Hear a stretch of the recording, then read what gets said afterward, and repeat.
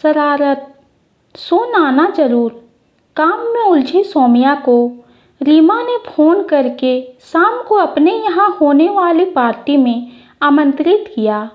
देखती हूँ यार, आज बहुत बिजी हूँ, पता नहीं शाम तक भी फुर्सत मिलती है या नहीं। कल से बेटू के एग्ज़ाम भी शुरू हो रहे हैं और पर बीच में ही बात काटते हुए रीमा ने हल्की शरारत से कहा, देख ले अब, वैसे आने में तेरा ही फायदा है। मतलब? सौम्या थम गई। अब मतलब भी मैं ही समझाऊं? कहते कहते रीमा अब खुलकर हंसती। ओहो, जैसे विचारों में बिजली कौंध गई। तो क्या? कहते हुए अपना सवाल अधूरा ही छोड़ सौम्या चुप हो गई। दिल तेजी से धड़क उठा था। क्या वाकई, या फिर ये रीमा की बच्ची यूं ही मजाक की? तभी रीमा की चुलबुली आवाज़ सुनाई पड़ी। तो फिर आ रही है ना? चल शाम को मिलते हैं।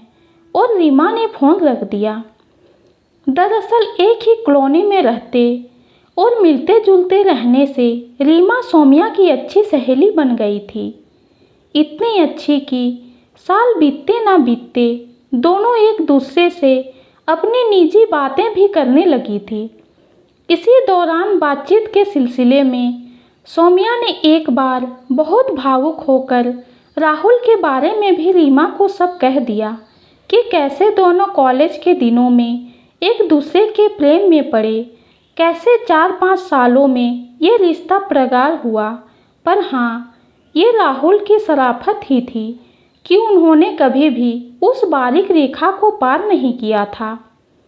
पारिवारिक कारणों से शादी तो नहीं हो पाई, पर इतने साल बीत जाने पर भी प्रेम है कहीं ना कहीं और सम्मान भी है राहुल के प्रति कि वो राहुल को भूल नहीं सकी। फिर बातों के दौरान ही पता चला कि राहुल की शादी तो उसकी ननद से अभी 1-1.5 साल पहले ही हुई है। कुछ दिनों पहले रीमा ने बताया कि उसकी ननद प्रेग्नेंट है और अब ये पार्टी उसी की बेटी होने की खुशी में यहाँ आने पर रीमा दे रही है। ना करते और खुद को रोकते हुए भी सौम्या खुद को वहाँ जाने से मना नहीं कर पाई और 7 बजते ही उसने तैयार होना शुरू कर दिया। हल्के बैंगनी रंग की साड़ी पहनी, उसका पसंदीदा रंग। पार्टी में पहुँचने पर रीमा के साथ एक और महिला गोद में अपनी नवजात बेटी को लेकर उसकी तरफ बड़ी गर्मजोशी से बढ़ी।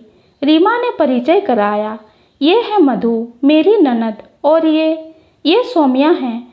कहकर मधु मुस्कुराई, मैं जानती हूँ। तभी रीमा को किसी ने आवाज़ दी। रीमा असमंजस व उलझन भरी नज़रों के साथ उधर चल दी। मधु ने बड़े अपनेपन से सौम्या का हाथ पकड़ते हुए कहा, राहुल ने मुझे सब कुछ बताया है आप दोनों के बारे में। फिर उसे थोड़ा असहज देखकर बोली, राहुल आपकी बहुत रिस्पेक्ट करते हैं, कहते हैं उसके जैसा कोई नहीं। और ये कहकर मधु मुस्कुरा दी। सौम्या ने गौर से देखा, उसकी मुस्कान निश्चल और मासूम थी।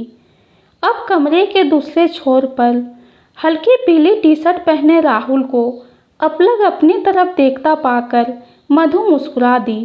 राहुल की पलकें नम थी और अब वही नमी आहिस्ता से सौम्या की आंखों में सरक आई।